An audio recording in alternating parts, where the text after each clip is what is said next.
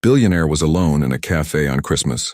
When his ex walked in with their daughter, not knowing he was there before we begin, drop a comment telling us which city you're watching from. And once the story ends, don't forget to rate it from 0 to 10. Oh, and make sure to follow our channel for more stories like this. Now, sit back and enjoy every detail. The December wind cut through downtown Seattle like a knife, sending pedestrians hurrying past the warm glow of Cornerstone Cafe's windows. Inside, the familiar scent of cinnamon and freshly ground coffee beans wrapped around the few customers who had chosen to spend their Christmas Eve in the quiet sanctuary of the small establishment.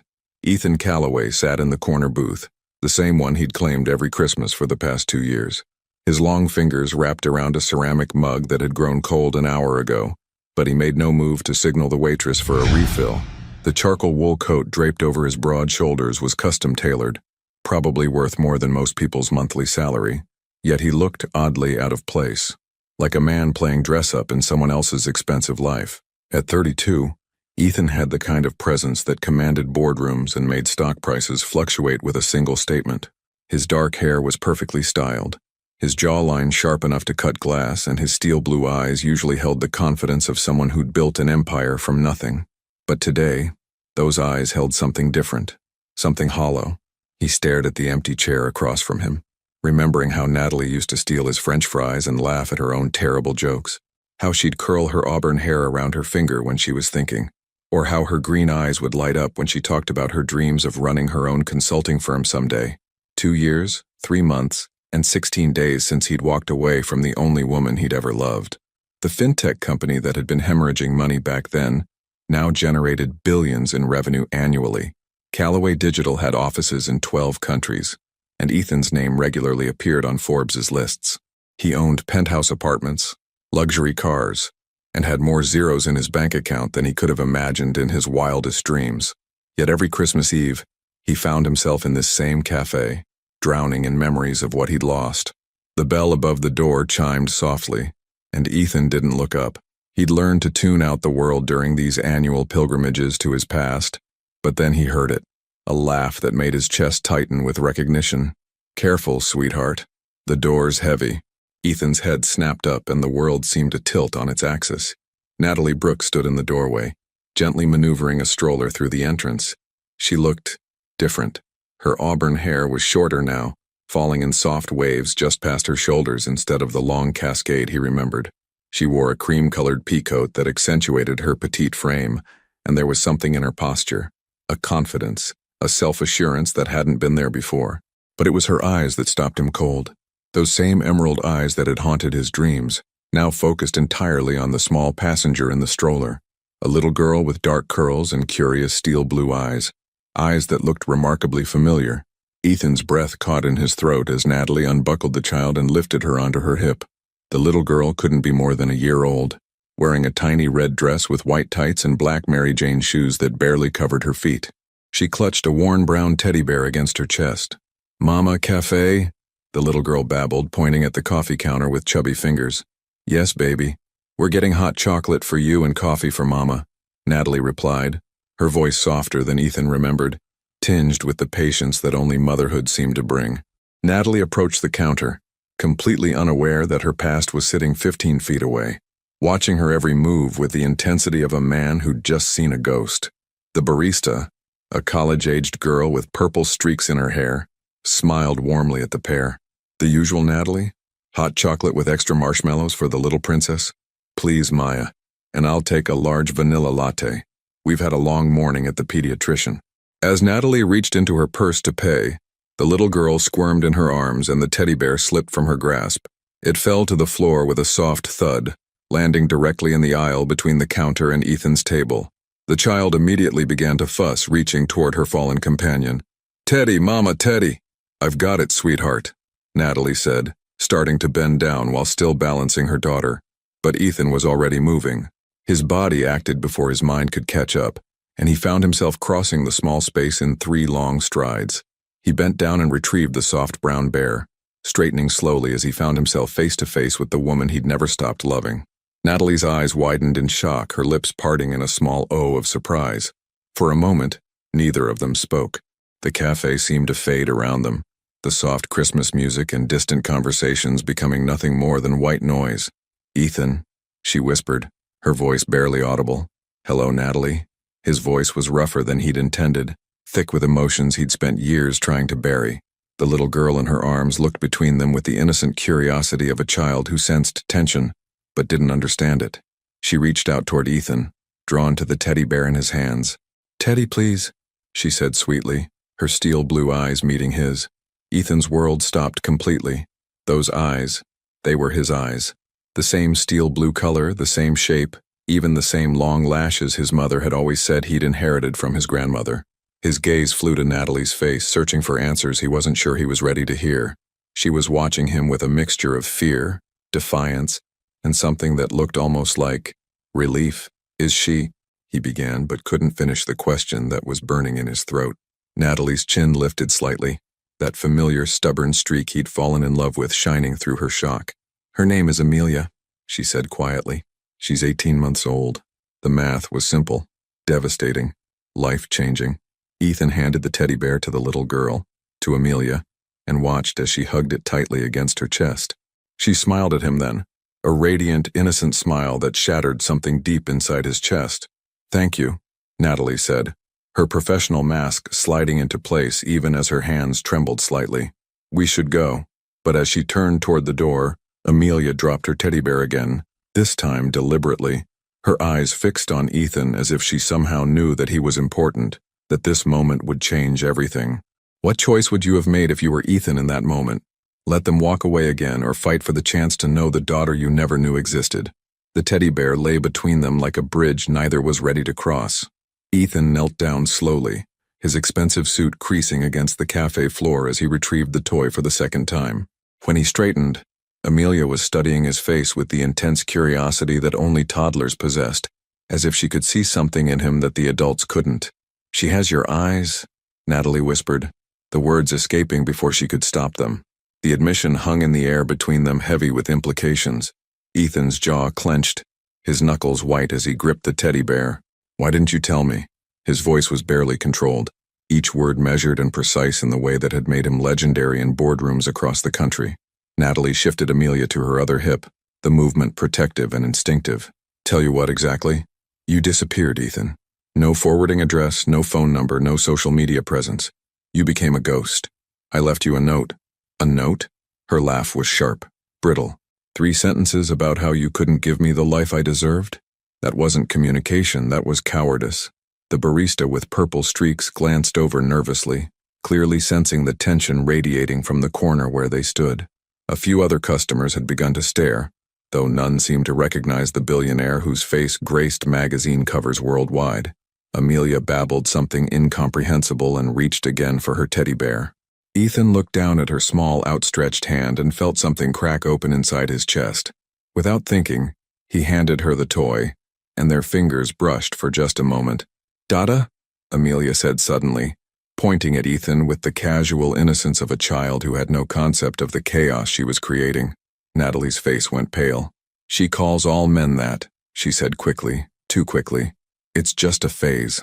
But Ethan had caught the slight tremor in her voice, the way her grip on Amelia had tightened protectively. He'd spent years learning to read people's tells in negotiations worth billions of dollars, and Natalie had never been good at hiding her emotions from him. "How old did you say she was?" he asked quietly. 18 months. "And when's her birthday?" Natalie's green eyes flashed with something between anger and panic. "June 12th. Ethan did the math instantly.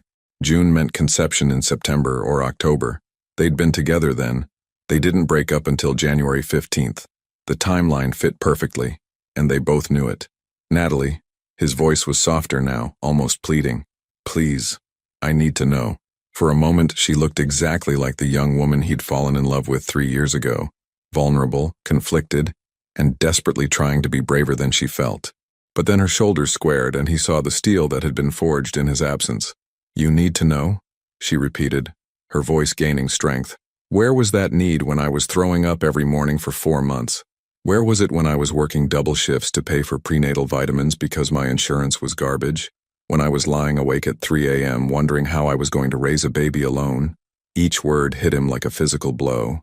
Ethan had imagined many scenarios over the years, Natalie moving on, finding someone else, building the life he'd thought he couldn't give her.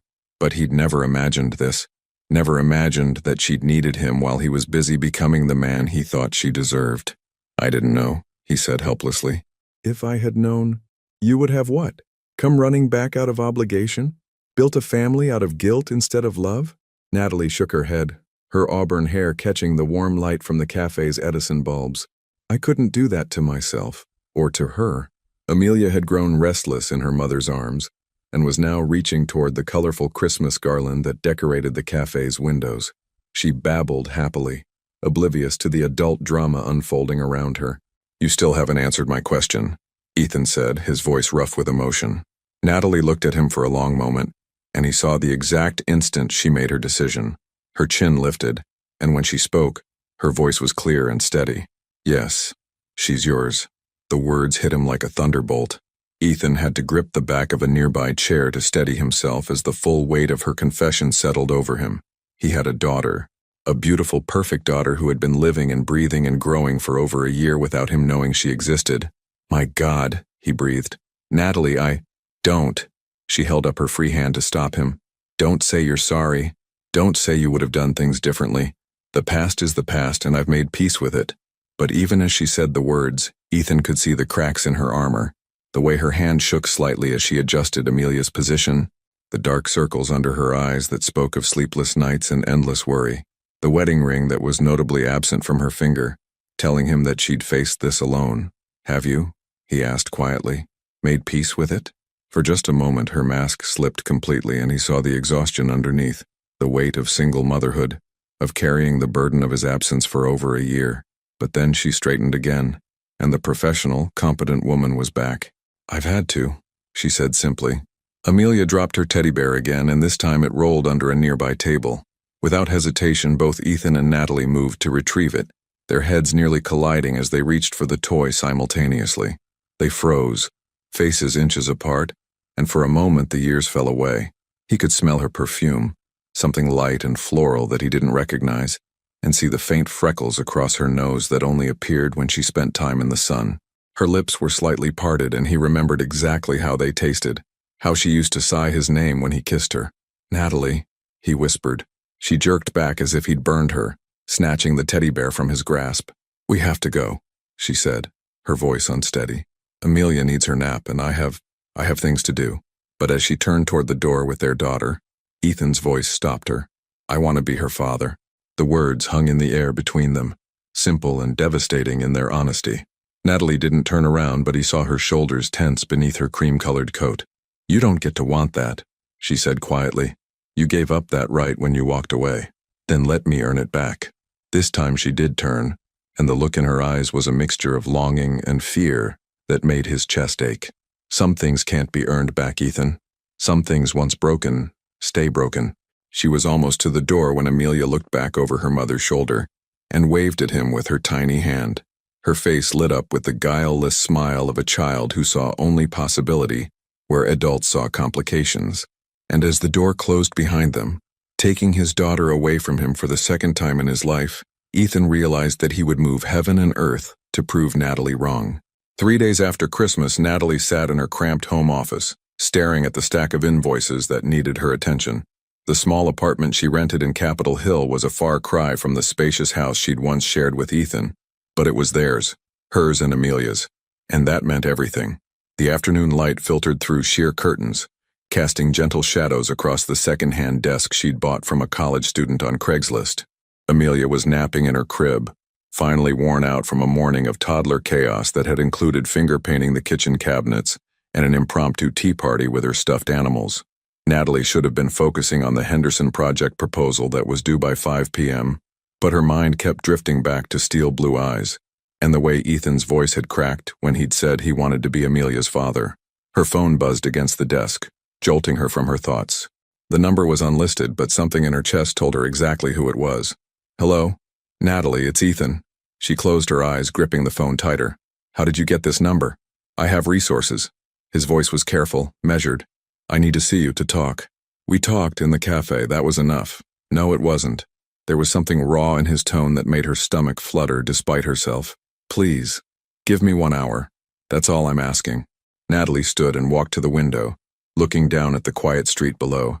A woman was pushing a stroller past the bare maple trees, and the sight made her chest tighten. Ethan, this isn't... I know about the therapy sessions. Her blood turned to ice. What? Dr. Patricia Manning. Wednesdays at 3 p.m. You've been seeing her for anxiety and insomnia since Amelia was born. How could you possibly know that? Her voice was barely a whisper. Because I've been trying to understand what you went through, what I put you through when I left. His admission was quiet, almost ashamed. I hired someone to... You had me investigated? The words exploded from her, fury replacing shock. Are you insane? Natalie, please just listen. No. She was pacing now, her free hand clenched into a fist. You disappeared for over 2 years and now you think you can just waltz back into my life and violate my privacy? My daughter's privacy? She's my daughter too. The simple statement hit her like a slap. Natalie sank onto her small couch, suddenly exhausted by the weight of a secret she'd carried alone for so long. That doesn't give you the right to spy on us, she said, but some of the fire had gone out of her voice. You're right, it doesn't. I was desperate to know if you were okay, if she was okay. The investigator only looked at public records and... Stop. Natalie pressed her free hand to her forehead, feeling the familiar tension that usually preceded her anxiety attacks. Just stop talking for a minute. Silence stretched between them, broken only by the distant sound of traffic and Amelia's soft breathing through the baby monitor.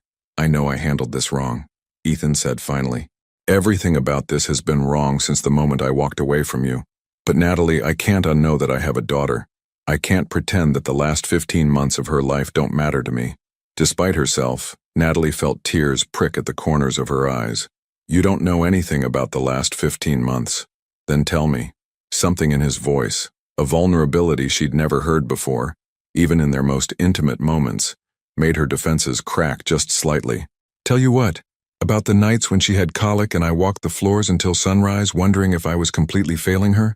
About the time she got pneumonia at 8 months and I spent 3 days in the hospital thinking I might lose her? Her voice broke on the last words. About how I had to explain to my parents that no, the father wouldn't be coming to her first birthday party because he didn't even know she existed. Each revelation was like a knife to his heart, and Ethan closed his eyes, leaning against the floor-to-ceiling windows of his downtown penthouse. Far below, the city sparkled in the winter afternoon light, but he barely saw it. God, Natalie, I'm so sorry. Sorry doesn't give me back those months of sleep I lost. Sorry doesn't erase the panic attacks I had every time I thought about raising her alone. Her breath was coming faster now, the familiar tightness building in her chest. Are you having one now? A panic attack? His question was so gentle, so knowing, that it stopped her spiraling thoughts cold. He'd always been able to read her tells, even when she tried to hide them. I'm fine, she lied, pressing her hand to her chest where her heart was racing. 4 deep breaths, he said quietly. In for 4 counts, hold for 4, out for 4. Remember? You used to do it when you got overwhelmed at work.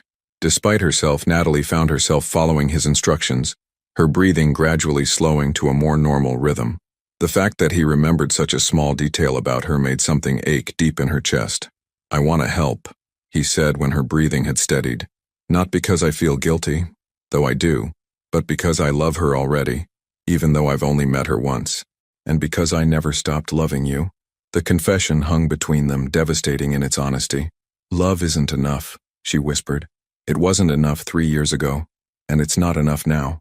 What if I could prove that I've changed, that the man who walked away isn't the man I am now? How? Let me show you. Give me a chance to be the father she deserves, and the man you needed me to be before. Natalie closed her eyes, torn between the part of her that still loved him desperately, and the part that had learned to protect herself and her daughter from the pain of abandonment. 1 coffee, she said finally. Tomorrow, 2 p.m. at the cafe where you found us.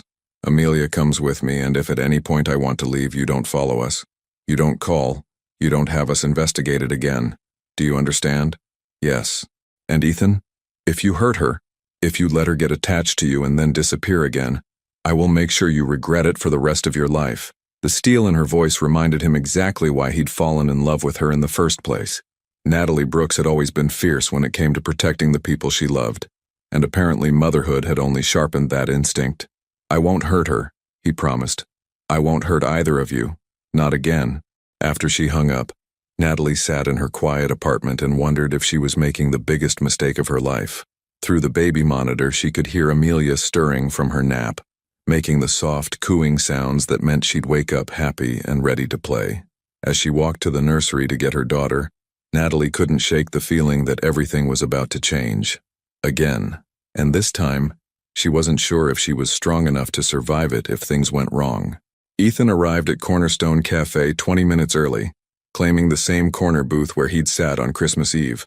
His hands were steady as he adjusted his charcoal sweater, cashmere but not ostentatious, and checked his watch for the third time in 5 minutes.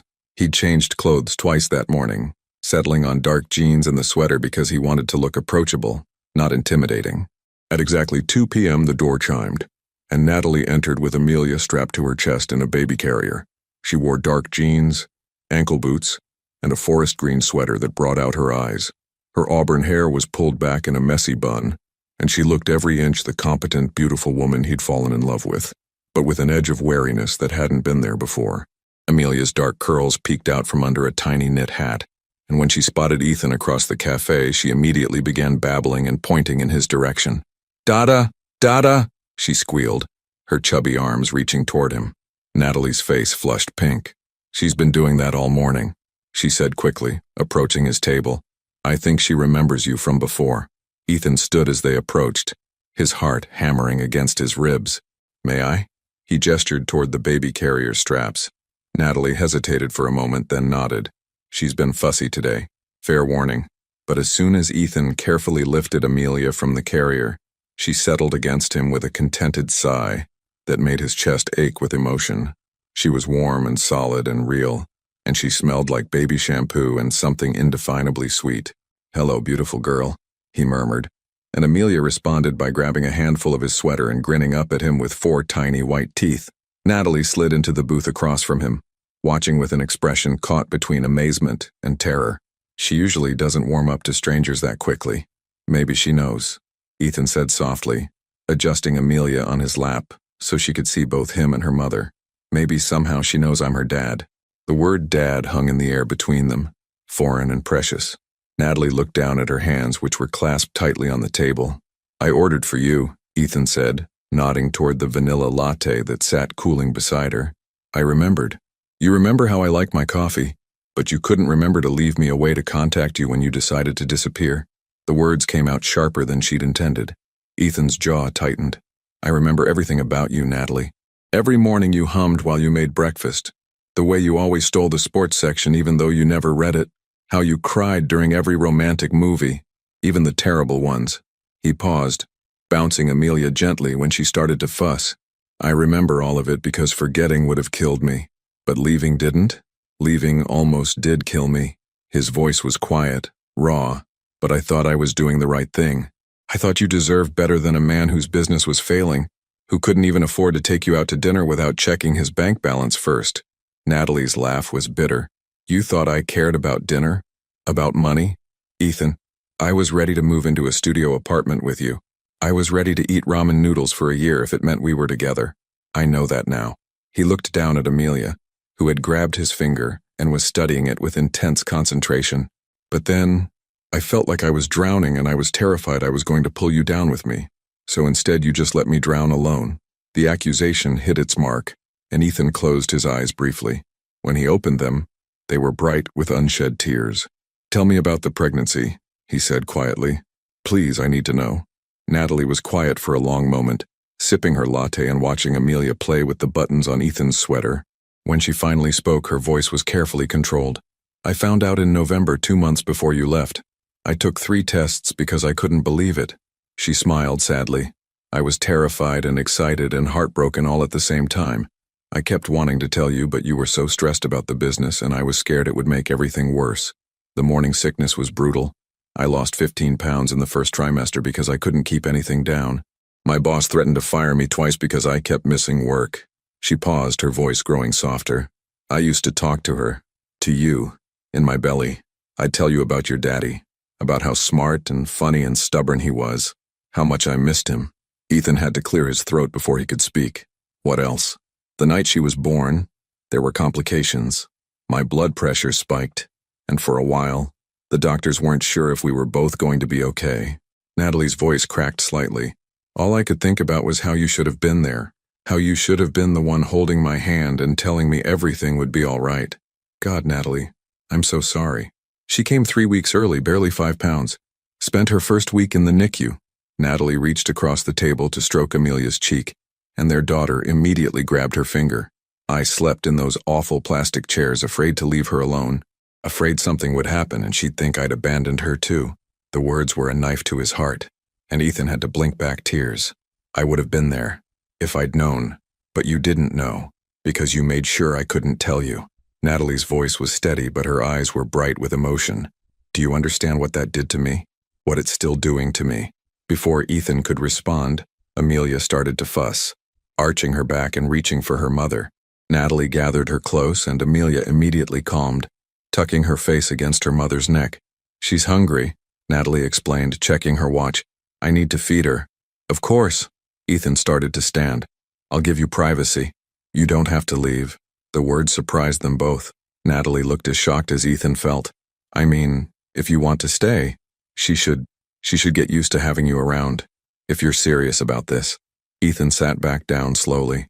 I've never been more serious about anything in my life. As Natalie discreetly began nursing Amelia, Ethan found himself memorizing the scene, the way his daughter's tiny hand rested against her mother's sweater, the peaceful expression on both their faces, the afternoon light streaming through the window and turning Natalie's hair to burnished copper.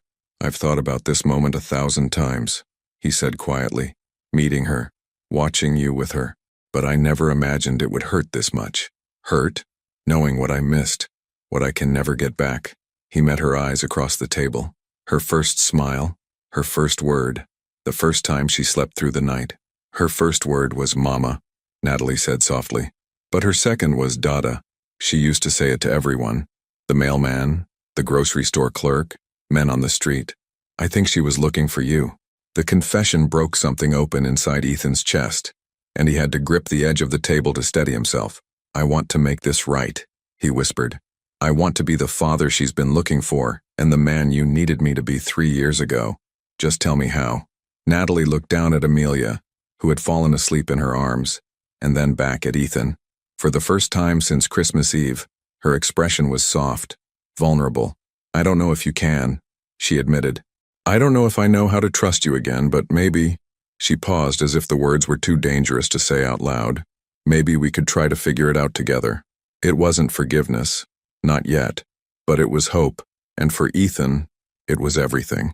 2 weeks later, Ethan found himself standing outside Natalie's apartment building with a bag of groceries and a nervous flutter in his stomach that reminded him of their first date years ago. The January rain had turned to sleet, coating the sidewalks in a treacherous glaze, but he barely noticed the cold. Since their coffee meeting, they'd established a tentative routine. He would visit twice a week for an hour, always at Natalie's invitation, always on her terms.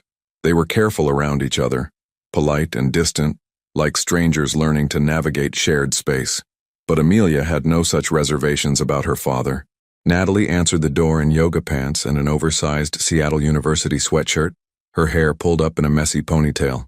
She looked exhausted, and there were dark circles under her eyes that hadn't been there the week before. You look tired, Ethan said, stepping inside and shaking the sleet from his coat. Amelia's been fighting a cold. She was up most of the night. Natalie closed the door behind him, then paused. Actually, she's been asking for you. Asking for me? She keeps saying Dada and pointing at the door. I think she's figured out that you come to visit. There was something wistful in her voice. She's been carrying that teddy bear everywhere since Christmas Eve. As if summoned by their conversation, Amelia appeared in the doorway to the living room, clutching her brown teddy bear and wearing footy pajamas covered in tiny elephants. Her nose was red from her cold, but her face lit up when she saw Ethan. Dada! She squealed, toddling toward him with outstretched arms. Ethan dropped the grocery bag and scooped her up, his heart doing that familiar flip it had been doing every time she called him that. Hey, princess, how are you feeling? Amelia babbled something incomprehensible and pressed her stuffy nose against his neck, content to be held. Over her head, Ethan met Natalie's eyes. I brought soup, he said, nodding toward the abandoned grocery bag, and some of those crackers she likes. I thought maybe I could cook for you both. Natalie's eyebrows rose. You cook now? I learned. He shifted Amelia to his hip, marveling at how natural the movement had become. Turns out when you live alone for 2 years, you either learn to cook or survive on takeout forever. And which did you choose? Both, he admitted with a small smile. But I got pretty good at soup. Something in Natalie's expression softened. Okay, but I'm not changing any diapers. That's your initiation. The next hour passed in a domestic bubble that felt both foreign and achingly familiar. Ethan cooked while Natalie folded laundry, and Amelia entertained herself by playing with wooden spoons and empty containers on the kitchen floor. It was ordinary and perfect and everything Ethan hadn't known he'd wanted until it was too late. She's getting attached to you, Natalie said quietly as they watched Amelia from the kitchen table. Their daughter was absorbed in trying to fit blocks into a shape-sorting toy, her tongue poking out in concentration. Is that a bad thing? Natalie was quiet for a moment, stirring her soup without really eating it. I don't know. Maybe. What happens when the novelty wears off? When you realize that being a father isn't just fun visits and grocery shopping? When she's screaming at 3 a.m. because she's teething? Or when she has a tantrum in the middle of Target because you won't buy her a toy? Then I'll deal with it, Ethan said simply. Just like you do. But you don't have to. That's the difference. You could walk away tomorrow and legally, I couldn't stop you. You could decide this is too hard or too messy or not what you wanted, and Amelia and I would just have to accept it. The fear in her voice was raw, unguarded, and it hit him like a physical blow. Natalie, I can't do that again. Her voice cracked. I can't let her love you and then lose you, and I can't. She stopped, pressing her lips together. You can't what? I can't fall for you again just to have you disappear when things get complicated. The admission hung between them, honest and devastating. Ethan reached across the table and covered her hand with his. And for once, she didn't pull away. I'm not going anywhere, he said firmly. Not this time. Not ever. You can't promise that. Yes, I can. His voice was steady, certain. Because I know what it feels like to live without you both now. I know what I lost when I walked away, and I'm never making that mistake again. Natalie looked down at their joined hands, and he could see the war playing out across her face. Hope warring with fear, love battling self-preservation. I want to believe you, she whispered. Then let me prove it to you. Before she could respond, Amelia started fussing, her blocks forgotten as her cold made her miserable. Natalie started to get up, but Ethan was already moving. I've got her, he said, lifting Amelia into his arms. Come here, baby girl. You don't feel good, do you? Amelia snuggled against his chest, and Ethan began to pace the small living room, rubbing soothing circles on her back. Without thinking, he started humming a lullaby his own mother had sung to him, and gradually Amelia's fussing subsided. Natalie watched from the doorway, her heart doing dangerous things in her chest. There was something about seeing Ethan comfort their daughter, that broke down walls she'd spent months building. She never settles that quickly for me when she's sick, she said softly. Maybe she just needed her dad, Ethan replied, not looking away from Amelia's peaceful face. The word dad still felt new and precious on his tongue, but it was getting easier to say, more natural, like a role he'd been born to play but had taken too long to audition for. Ethan? Natalie's voice was barely above a whisper. I need you to understand something. If we do this, if we try to build something together, there can't be any secrets between us. No more investigations, no more disappearing acts, no more making decisions about our family without talking to me first. Our family, he repeated, testing the words. I like the sound of that. I'm serious. So am I. He turned to face her fully, Amelia still drowsing in his arms. Complete honesty, complete transparency, whatever you need to feel safe. Natalie nodded slowly, and Ethan could see her making a decision that terrified and exhilarated her in equal measure. There's something I need to tell you, she said, about why I was really at the cafe on Christmas Eve. Ethan felt his stomach drop. What do you mean? I've been going there every Christmas since Amelia was born, not because of the hot chocolate or because it's convenient. She took a deep breath. I've been going there because I hoped that someday, somehow, you might come back, that maybe you'd remember how much we both loved that place and you'd find us there. The confession shattered something inside his chest. All this time he'd thought he was the only one holding on to the past, the only one trapped in the same cycle of hope and heartbreak. Natalie, he breathed. I never stopped loving you either, she whispered, tears spilling down her cheeks. Even when I hated you, even when I was so angry I could barely see straight, I never stopped hoping you'd come home. Ethan closed the distance between them carefully, mindful of the sleeping child in his arms. When he was close enough, he reached out and wiped a tear from her cheek with his thumb. "I am home," he said softly. "This is home. You and Amelia. You're everything I never knew I needed, and everything I was too afraid to fight for before." Natalie leaned into his touch, and for a moment they stood like that. A family, fragile and new and full of possibility. But just as Ethan thought they might finally be finding their way back to each other, his phone rang, shattering the moment. He glanced at the screen and cursed under his breath. "I have to take this, it's my lawyer. At 8 p.m. on a Wednesday? Marcus only calls this late when it's urgent." Ethan handed Amelia to Natalie and answered the call. "What is it, Marcus?" Natalie couldn't hear the other side of the conversation, but she watched Ethan's face go white, then hard as granite. "When?" he asked tersely. "How much do they know?" A long pause, then, "Handle it. Do whatever you have to do, but handle it." When he hung up, the domestic tranquility of the evening felt suddenly fragile, like a soap bubble about to burst. "What's wrong?"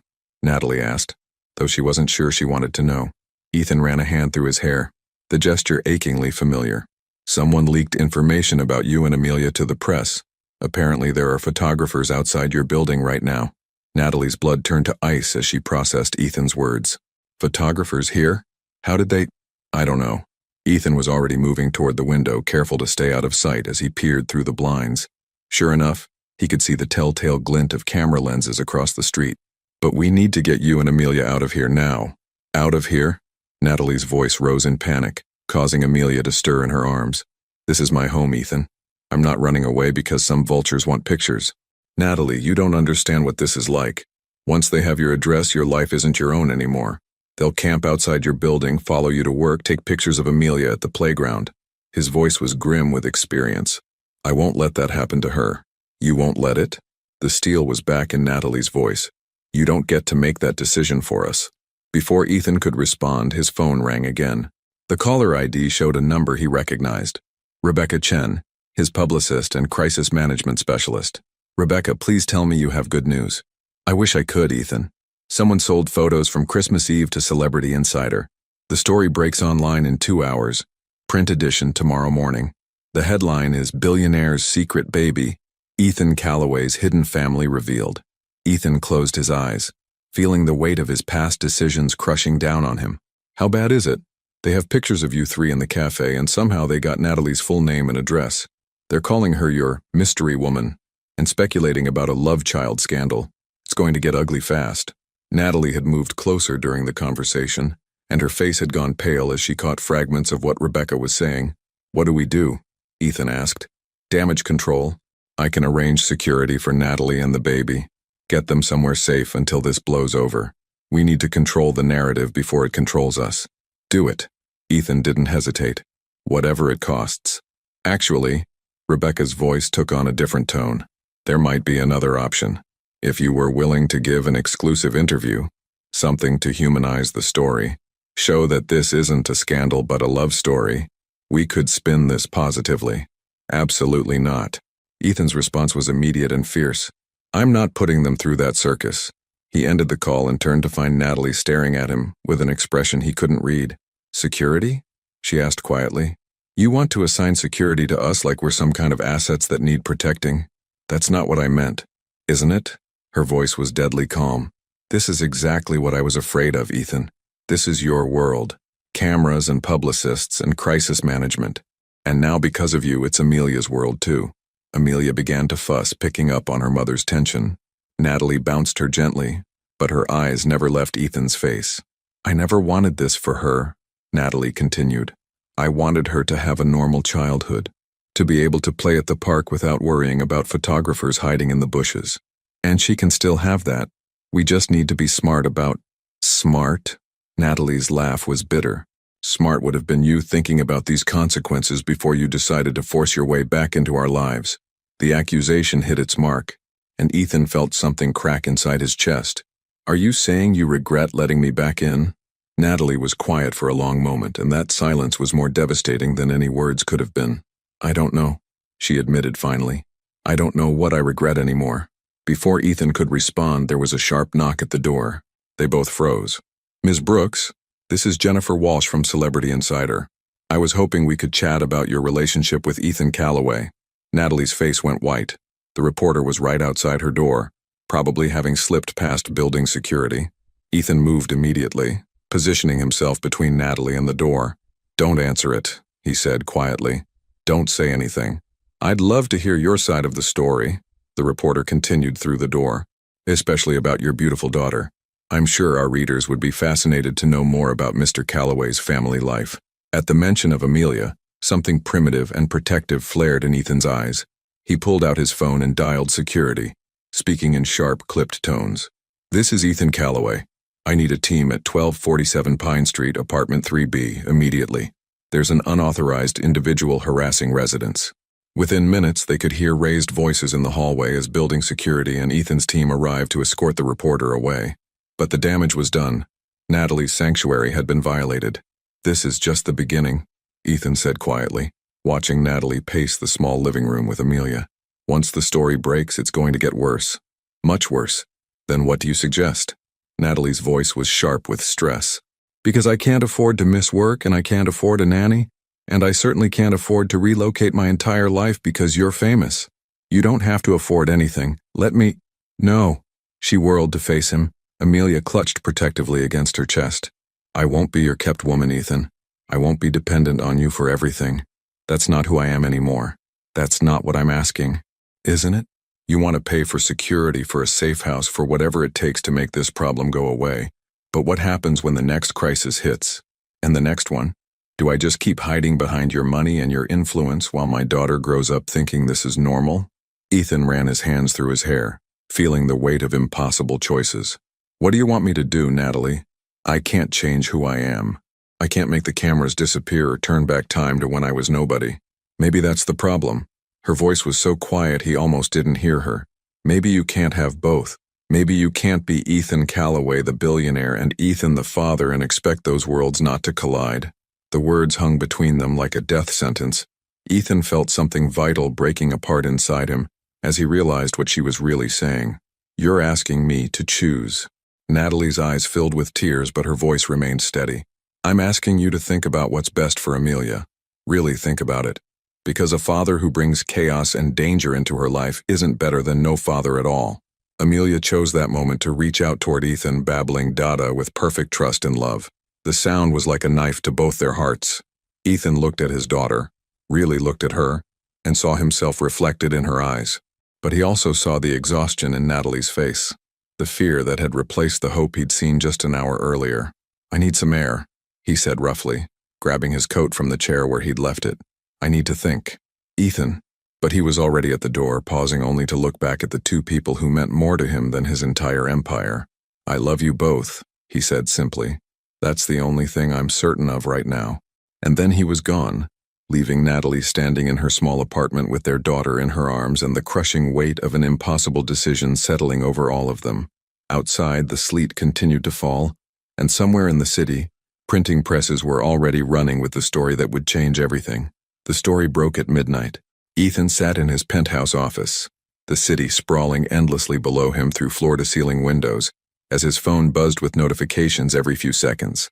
The headline blazed across his laptop screen in bold letters: "Billionaire's secret baby, Ethan Callaway's hidden family revealed." The photos were worse than he'd imagined. Someone with a long-range lens had captured intimate moments from Christmas Eve. Natalie's face soft with surprise as she recognized him, Amelia reaching for her teddy bear, and most damaging of all, a shot of him holding his daughter with an expression of pure love and wonder. The accompanying article was a mixture of facts and speculation that made his stomach turn. They dug up details about Natalie's life, her job, her college education, even her parents' address in Oregon. But it was the final paragraph that made his blood run cold. Sources close to the situation suggest that Callaway has been secretly supporting Brooks and the child for months, leading to speculation about the nature of their relationship and whether this is simply another case of a wealthy man buying silence from a former lover. His phone rang, and Marcus Chen's name appeared on the screen. His lawyer sounded exhausted. "The story's gone viral," Marcus reported without preamble, trending on 3 social media platforms picked up by major news outlets.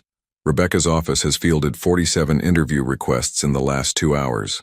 "And Natalie?" Photographers have been camped outside her building since 4 a.m. Building management called the police twice, but they're staying on public property. Legally, there's not much we can do. Ethan closed his eyes, imagining Natalie trapped in her small apartment with Amelia, afraid to even look out the windows. What about the false information in the article? We can demand a retraction for the claim about financial support, but the damage is done. Social media has already decided she's either a gold digger or a victim, depending on which comment section you read. God. Ethan stood and walked to the window, looking down at the city where somewhere below, the woman he loved was paying the price for his past mistakes. I need to see her. Ethan, that's exactly what you shouldn't do right now. Any contact between you two will only fuel more speculation. I don't care about speculation, I care about Natalie and Amelia. Then think about what's best for them, Marcus said firmly. Going to her apartment now will only bring more cameras, more attention. Give it a few days for the initial frenzy to die down. But Ethan was already reaching for his keys. Some things are more important than good publicity. An hour later, he stood outside Natalie's building and Marcus had been right. The media presence was overwhelming.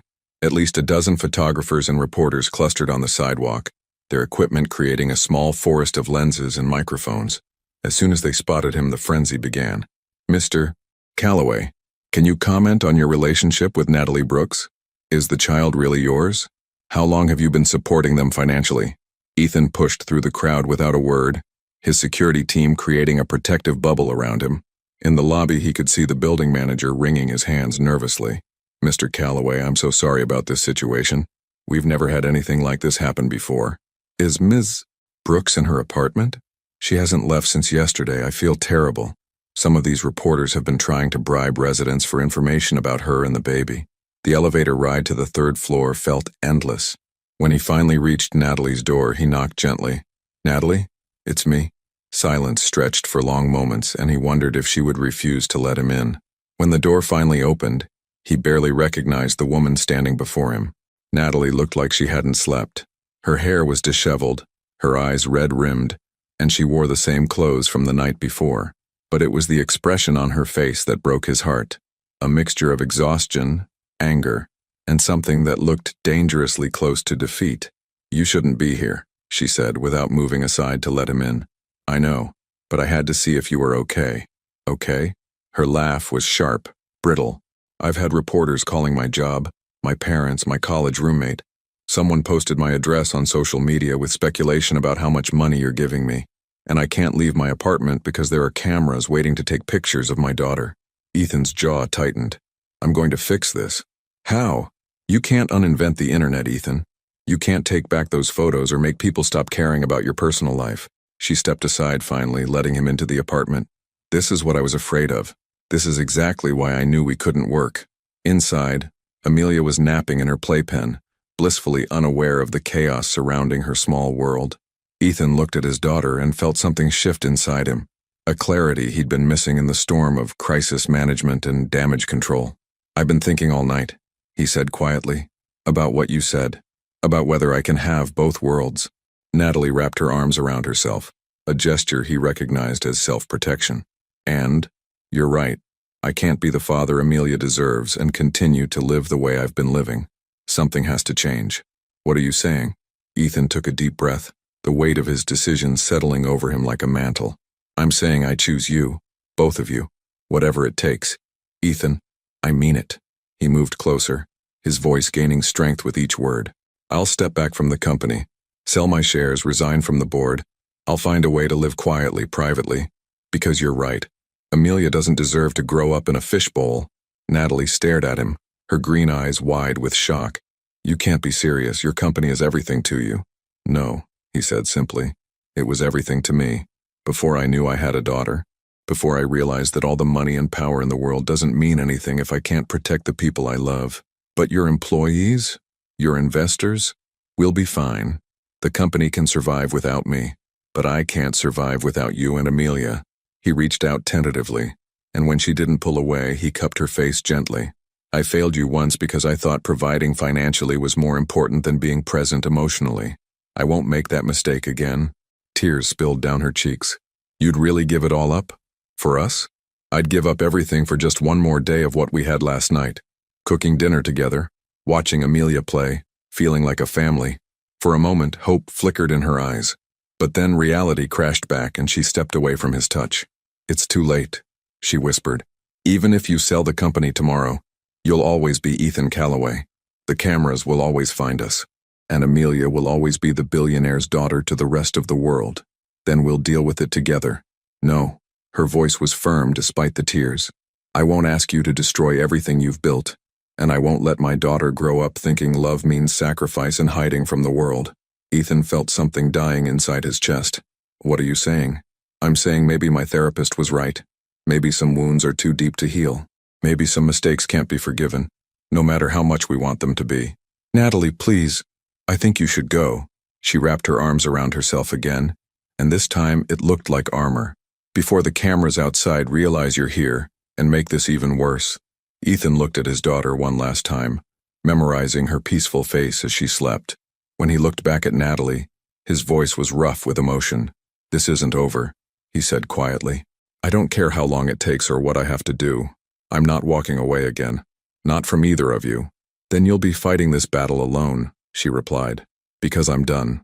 As he rode the elevator down to face the cameras again, Ethan realized that winning Natalie back would require more than grand gestures or financial sacrifices.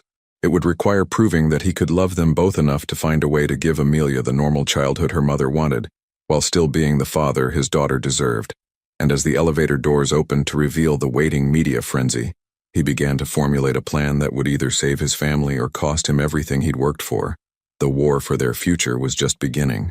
2 weeks later, Natalie stood in her boss's office watching David Martinez flip through a stack of resignation letters that had been submitted by 3 major clients in the past 48 hours.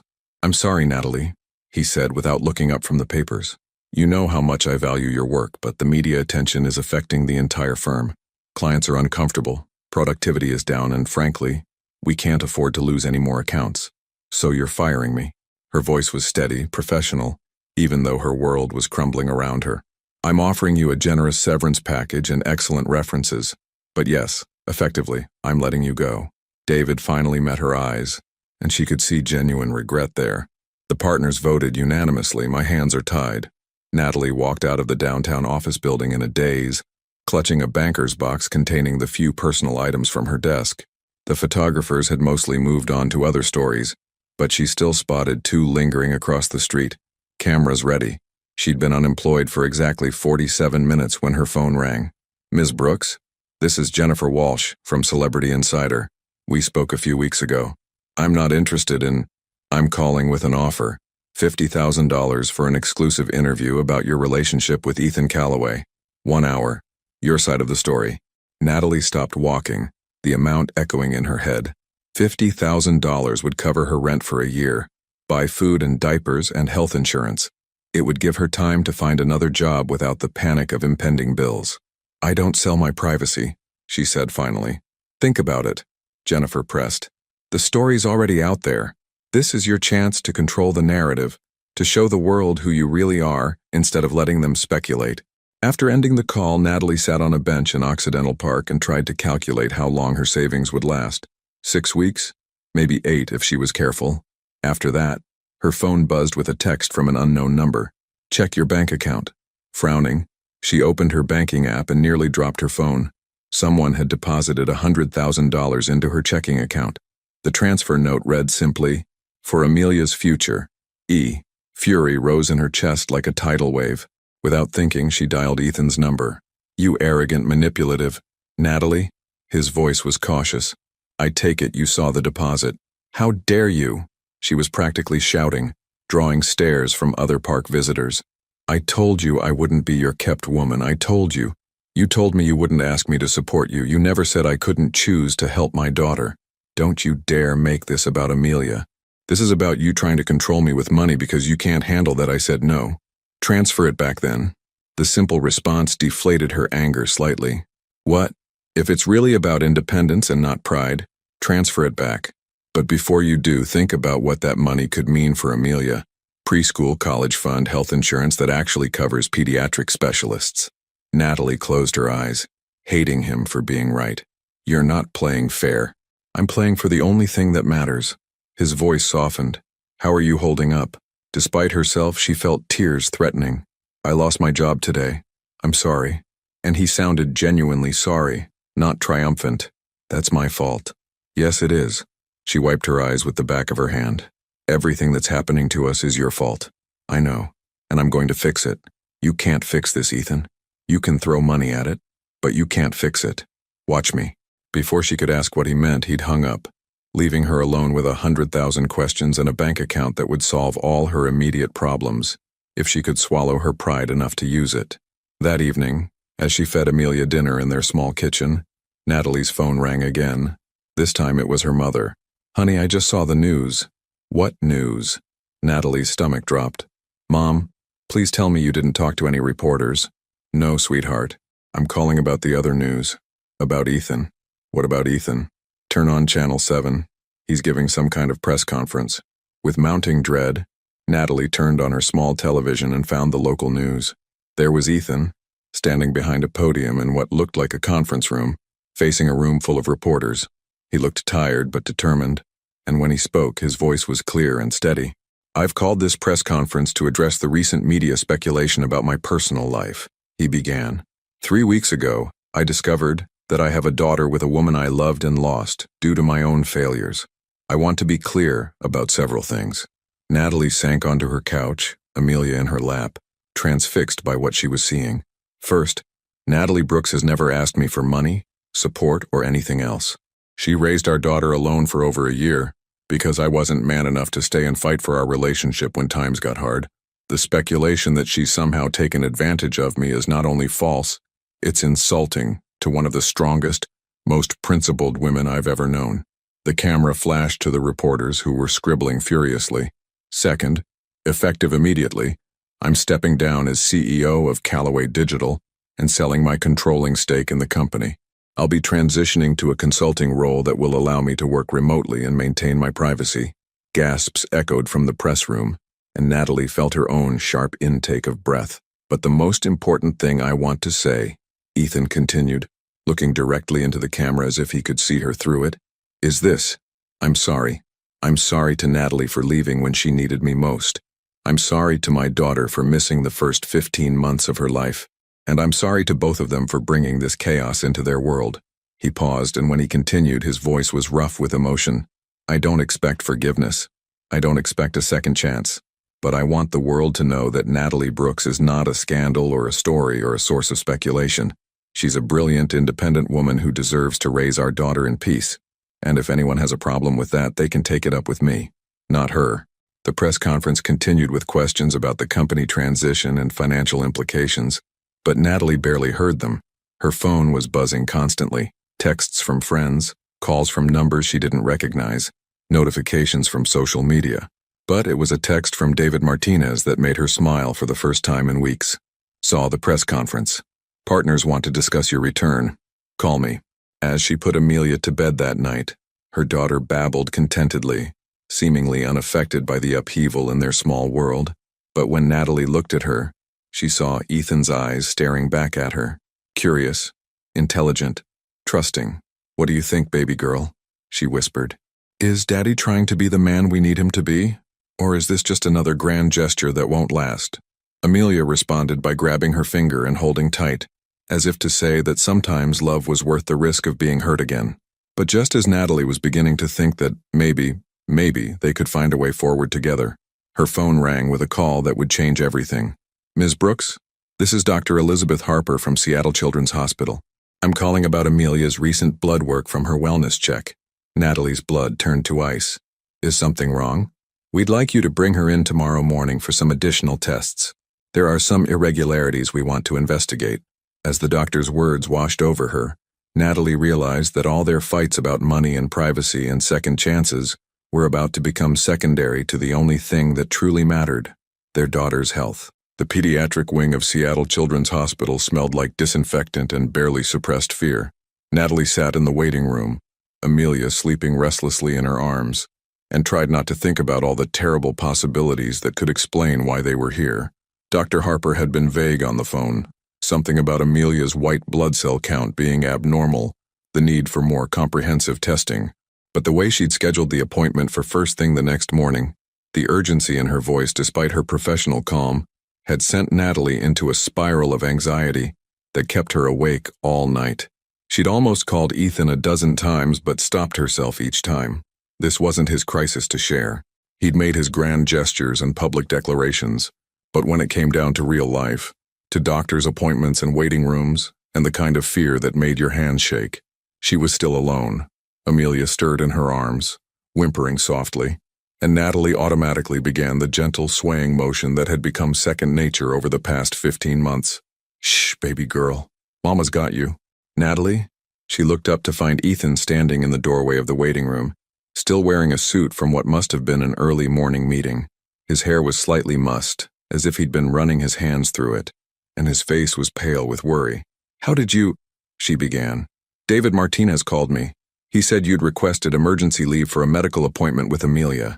Ethan's voice was careful, controlled, but she could hear the panic underneath. "I came as soon as I could. You didn't have to come." "Yes, I did." He sat down beside her, careful not to wake Amelia. "She's my daughter too, and whatever this is, we face it together." Before Natalie could respond, a woman in a white coat approached them. Dr. Harper was younger than Natalie had expected, with kind eyes behind wire-rimmed glasses, and the sort of gentle competence that probably helped terrified parents get through the worst moments of their lives. "Ms. Brooks, I'm Dr. Harper, and you must be Mr. Calloway," she said, extending her hand to Ethan. "Thank you both for coming in so quickly. What's wrong with our daughter?" Ethan's voice was steady, but Natalie could feel the tension radiating from him. "Let's sit down," Dr. Harper said, gesturing to a quieter corner of the waiting room. "Amelia's routine blood work showed some irregularities that we want to investigate further. Her white blood cell count is elevated, and there are some other markers that concern us." Natalie felt the world tilt slightly. What does that mean? It could mean several things. An infection that her body is fighting off, an autoimmune response, or— Dr. Harper paused, choosing her words carefully. "We need to rule out some more serious possibilities." "Like what?" Ethan's voice was sharp now, the businessman in him demanding clear information. "Leukemia is one possibility we need to examine." The word hit Natalie like a physical blow. She heard herself make a small wounded sound, and suddenly Ethan's hand was covering hers, warm and steady and real. "But it's just one possibility," Dr. Harper continued quickly. "Children Amelia's age can have elevated white blood cell counts for a variety of reasons. We're going to do a more comprehensive blood panel today, and depending on those results, we may need to discuss a bone marrow biopsy." "A bone marrow biopsy?" Natalie's voice was barely a whisper. "On an 18-month-old baby? If it comes to that, we'll make sure she's as comfortable as possible. But let's not get ahead of ourselves. First, we'll do the blood work and see what we're dealing with." The next hour passed in a blur of procedures and paperwork. Amelia cried when they drew her blood, reaching for both her parents with the kind of desperate trust that broke their hearts. Ethan held her tiny hands while Natalie whispered soothing nonsense in her ear, and for those terrible minutes, all the anger and hurt between them fell away, leaving only the shared terror of parents who might lose their child. Afterward, they sat in another waiting room while the lab rushed Amelia's samples. Their daughter had finally fallen asleep, exhausted from crying, and Natalie stared down at her peaceful face, trying to memorize every detail. "She's going to be okay," Ethan said quietly. "You don't know that." "No," he admitted. "I don't. But I know she's strong, like her mother, and I know we're not going to face this alone." Natalie looked at him through tears she'd been holding back all morning. "I'm scared, Ethan." "So am I." He shifted closer, and when she didn't pull away, he wrapped his arm around her shoulders. "I'm terrified. But whatever this is, whatever happens, we're going to get through it together. I can't lose her." The words came out broken, desperate. "I can't." "You won't, we won't." His voice was fierce with a conviction he didn't entirely feel. "I won't let anything happen to her." They sat in silence for a while, watching Amelia sleep and trying not to think about all the ways their world could change in the next few hours. Eventually, Ethan spoke again. "I've been thinking about what you said, about the kind of father I want to be." "Ethan, we don't have to." "Yes, we do." He turned to face her fully. "Because sitting here watching her go through this, I realize that nothing else matters. Not the company, not the money, not even my pride. All that matters is being here for both of you in whatever way you'll let me." "What are you saying?" "I'm saying I meant what I said at the press conference. I'm stepping back from everything that doesn't involve being Amelia's father and, if you'll let me, Your partner in this, whatever this is. Natalie studied his face, looking for signs of the man who had walked away from her 3 years ago, when things got difficult. But all she saw was raw honesty, and a fear that matched her own. Partners? She repeated softly. In every way that matters. He hesitated, then continued. I know I have to earn back your trust. I know grand gestures and public apologies aren't enough to undo the damage I caused. But if you give me the chance, I'll prove that I can be the man you both need me to be. Before she could respond, Dr. Harper appeared in the doorway again. This time her expression was unreadable, and both parents felt their hearts stop. We have the results, she said simply. They followed her to a small consultation room, Ethan carrying Amelia, who had woken up cranky and clingy. Dr. Harper sat across from them with a file in her hands, and the silence stretched for what felt like an eternity. The good news, she began, is that we can rule out leukemia. Amelia's blood work doesn't show the markers we'd expect to see with that diagnosis. Relief flooded through Natalie so powerfully that she nearly collapsed. Beside her, she felt Ethan's body sag with the same overwhelming gratitude. However, Dr. Harper continued, she does have a significant infection that her body has been fighting.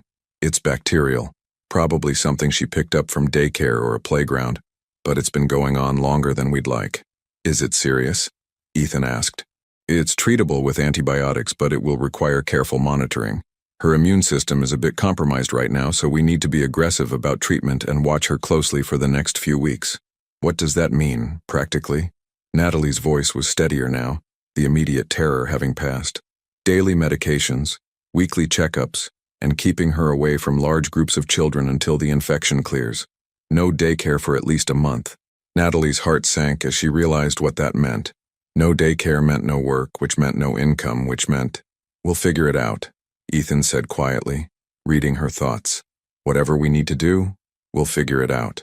As they left the hospital an hour later, armed with prescriptions and follow-up appointments, Amelia babbling happily in her car seat, as if the morning's drama had never happened, Natalie found herself walking beside Ethan toward his car. I can drive you home, he offered. What about my car? I'll have someone pick it up later. He opened the passenger door for her, then carefully installed Amelia's car seat in the back. Right now, I just want to get you both home safely. Home. The word hung between them, loaded with possibility and pain. As Ethan drove through the Seattle streets toward her apartment, Natalie watched him in the rearview mirror, talking softly to Amelia, making her giggle despite the morning's ordeal. Maybe she was still afraid to trust him completely. Maybe there were still conversations they needed to have and wounds that needed healing. But watching him with their daughter, seeing the way he'd dropped everything to be here when she needed him most, Natalie realized something had shifted. For the first time in 3 years, she wasn't facing the future alone. And maybe, just maybe, that was enough to start building something new. 3 weeks later, Natalie stood in her kitchen at 6 a.m., measuring Amelia's liquid antibiotic with the precision of a pharmacist. Their morning routine had become a careful dance of medications, temperature checks, and gentle monitoring. But their daughter was finally showing signs of real improvement. The infection was clearing, her energy was returning, and just yesterday, Dr. Harper had smiled for the first time since their initial consultation, declaring Amelia's latest blood work much more promising. What Natalie hadn't expected was how naturally Ethan had woven himself into their daily lives during Amelia's recovery. He'd started by offering to help with the medication schedule, then somehow evolved into the person who made breakfast, while she gave Amelia her morning dose. He'd taken over grocery shopping, claiming it was more efficient than her running errands with a sick toddler. He'd even learned to operate her temperamental washing machine, which had a particular cycle that worked best for Amelia's sensitive skin. The domestic intimacy of it all should have felt strange, overwhelming, but instead, it felt like coming home to a life she'd almost forgotten was possible. Coffee's ready, Ethan said softly, appearing in the kitchen doorway. He was dressed for another day of remote work, casual but polished, and he moved around her small space with the confidence of someone who belonged there. Thank you. She accepted the mug he handed her, noting that he'd prepared it exactly the way she liked, light cream, no sugar. You don't have to keep doing this, you know. Doing what? Taking care of us. She gestured around the kitchen, where he'd quietly organized everything over the past few weeks, making their chaotic life somehow run smoother. I know this isn't what you signed up for when you decided you wanted to be a father. Ethan was quiet for a moment, watching Amelia play with her breakfast, getting more yogurt on her face than in her mouth. When he finally spoke, his voice was thoughtful. "Do you remember our first Christmas together? When you had food poisoning from that seafood place?" Natalie smiled despite herself. "You held my hair back while I was sick and then slept on the bathroom floor to make sure I was okay. And you kept apologizing for ruining Christmas like getting sick was somehow your fault." He met her eyes across the small kitchen. "But I remember thinking that this was what love looked like. Not the grand gestures or perfect moments, but showing up when someone needs you, even when it's messy and unglamorous. Ethan, I walked away from that once," he continued. "I convinced myself that love meant protecting you from my failures instead of fighting through them together. I won't make that mistake again." Amelia chose that moment to throw a spoonful of yogurt, which landed squarely on Ethan's shirt. Instead of being annoyed, he laughed, a sound that had become more frequent over the past few weeks. "Nice aim, princess," he said, cleaning her hands with a wet wipe. "We're definitely going to work on your table manners." The casual use of "we" sent something warm through Natalie's chest. Over the past 3 weeks, she'd watched Ethan transform from the polished billionaire she'd seen on magazine covers into something more genuine. A man who could change diapers at 3 a.m. without complaint, who knew which stuffed animal would calm Amelia during a fever, who had learned to make her laugh even when she felt terrible. "I got a call from Dr. Harper yesterday," Natalie said, settling into the chair beside him. "Amelia's cleared to go back to daycare next week." Something flickered across Ethan's face. Disappointment, maybe, or loss. "That's great news. You must be relieved to get back to normal." "Normal." Natalie tested the word, finding it strange on her tongue. "I'm not sure I remember what that looks like anymore." "I know the feeling." They sat in comfortable silence for a moment, watching Amelia attempt to feed herself while making an impressive mess. Finally, Natalie spoke again. "I've been thinking about what you said at the press conference, about stepping back from the company. What about it? Was it real? Or was it just something you said to get the media off our backs?" Ethan turned to face her fully, his expression serious. "It was real. I've already transferred my shares to Marcus and the board. I'm keeping a consulting position that lets me work from anywhere, but the day-to-day operations aren't my responsibility anymore. Don't you miss it? The power, the control, the 18-hour days, the constant travel, the pressure to choose work over everything else that matters?" He shook his head. "I thought I would miss it more than I do. But every morning when I wake up and know I'm going to see you and Amelia, I remember why I made that choice." Natalie felt tears prick at the corners of her eyes. "What if this doesn't work out? What if we try and fail? You've given up everything for a family that might not even—" "Hey!" He reached across the table and took her hand. "Look at me." When she met his eyes, they were steady, certain. "I didn't give up everything. I chose everything that matters. There's a difference." His thumb traced across her knuckles, a gesture so familiar it made her chest ache. "Besides, we're not failing. We're here, together, figuring it out one day at a time." "Are we together?" The question came out smaller than she'd intended. "I mean really together, because I don't know what we are anymore, Ethan. We're not dating, we're not married, we're parents," he said simply. "Everything else we can figure out, but that—" He gestured toward Amelia, who was now singing nonsense syllables to her yogurt cup. "That's permanent. That's real. And it's more than I ever thought I'd be lucky enough to have."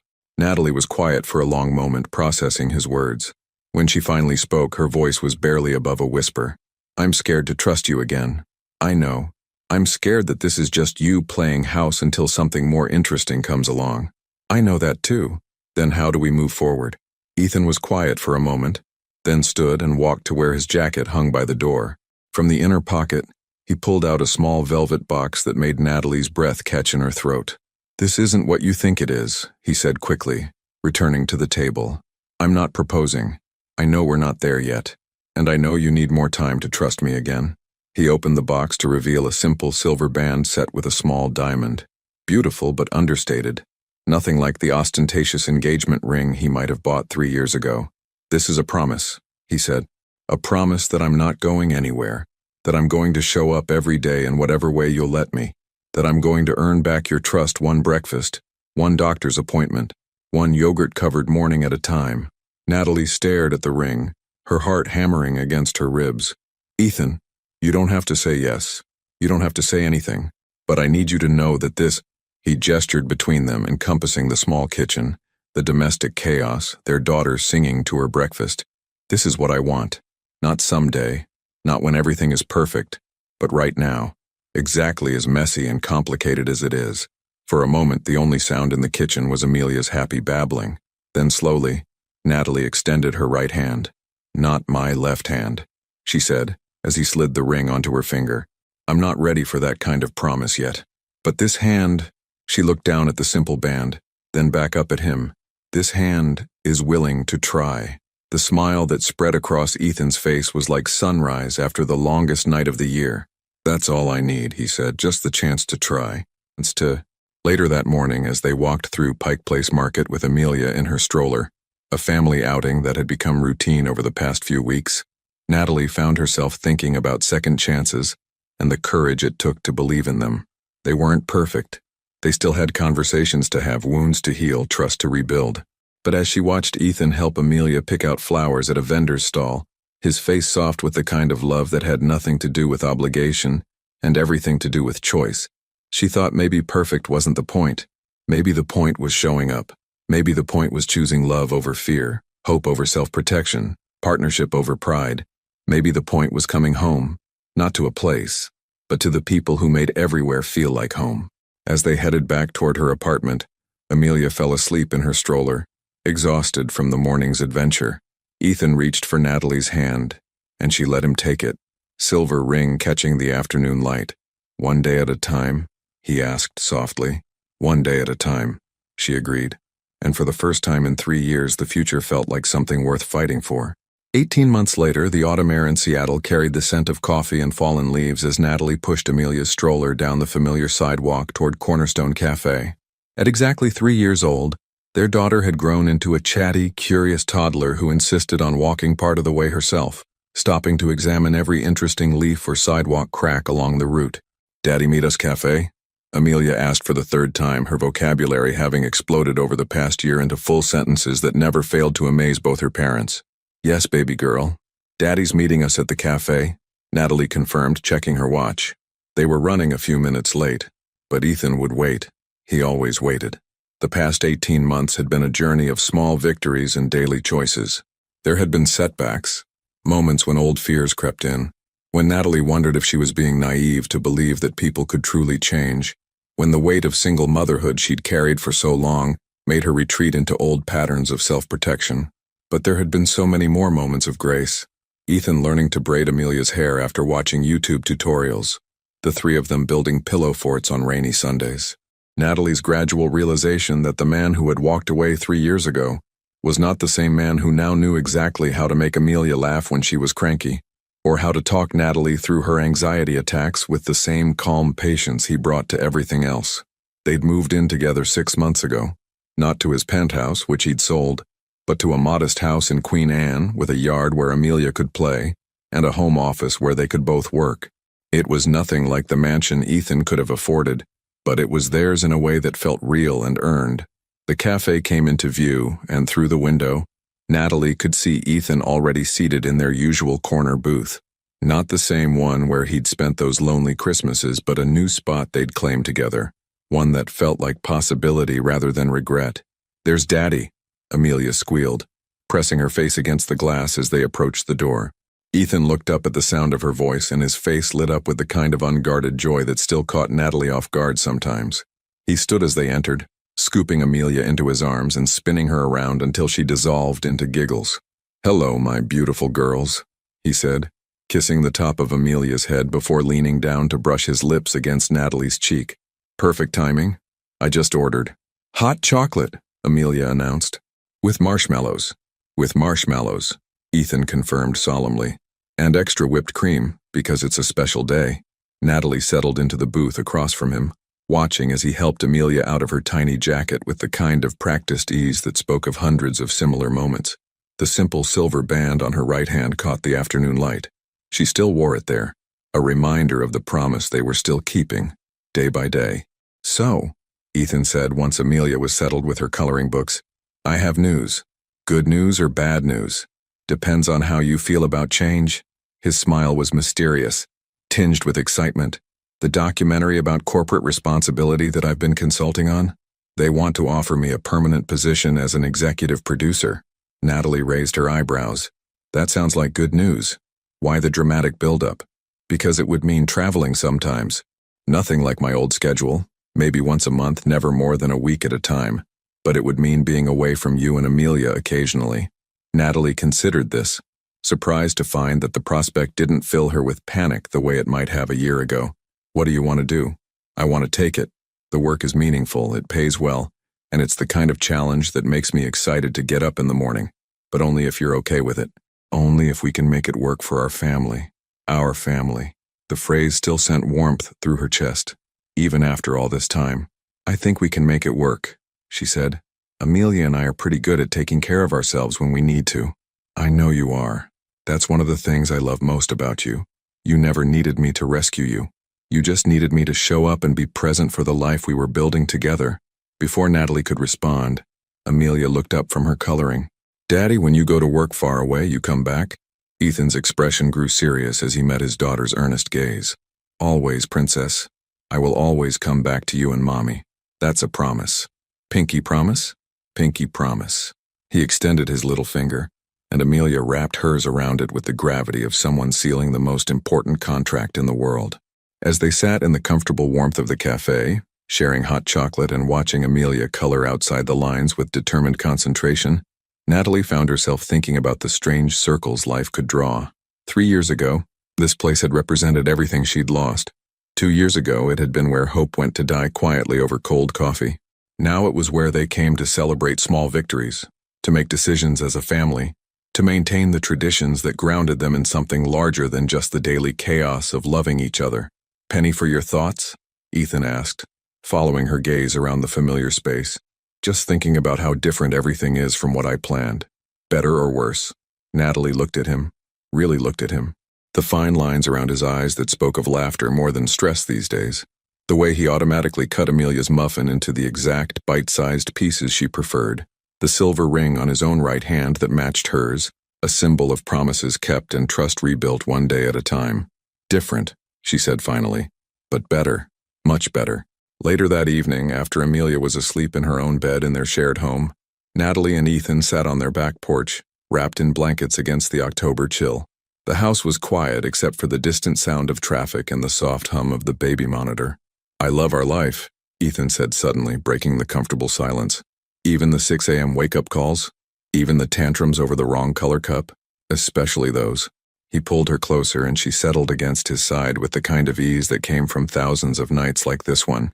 Even the pediatrician visits and the grocery store meltdowns and all the beautifully ordinary chaos that comes with being someone's dad. And someone's...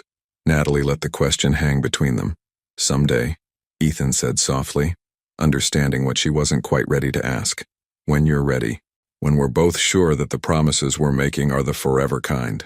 She twisted the silver ring around her finger, thinking about forever. Once upon a time, the word had terrified her. Too much risk. Too many ways for people to leave. But sitting here in the life they'd built together, promise by promise, day by day, forever felt less like a leap of faith and more like the natural conclusion to a story that had always been heading toward home. I think, she said carefully, I might be getting ready. Ethan's arms tightened around her, and she could feel his smile against her hair. Yeah? Yeah. Not tomorrow, not next week, but someday soon, maybe. They sat in the gathering darkness, holding on to each other and the life they'd fought to build while inside their house. Their daughter slept safely, dreaming whatever dreams children have when they're surrounded by love. Some love stories begin with passion and end with heartbreak. Others start with friendship and grow into something deeper. But the best ones, the ones that last, begin with two people choosing each other again and again through all the messy, complicated, beautiful ordinariness of building a life together. This was that kind of love story. And as the Seattle sky grew dark above them and the city settled into evening around them, Natalie Calloway-to-be and Ethan Calloway held tight to the promise that the best was yet to come. Sometimes the greatest love stories are found in the simplest moments. A cafe on Christmas Eve, a child's laughter, the choice to try again when everything seems lost. Love isn't always about grand gestures or perfect timing. Sometimes it's about showing up, day after day, for the people who make everywhere feel like home. What would you have done if you were Natalie? Would you have been brave enough to give love a second chance when the first one ended in heartbreak? Your participation means a lot to the channel. Please share your thoughts in the comments. Thank you for watching. If you enjoyed the story, please subscribe to our channel and leave a comment below letting us know what you thought. Your feedback and support mean a lot to us. Stay tuned for more exciting stories.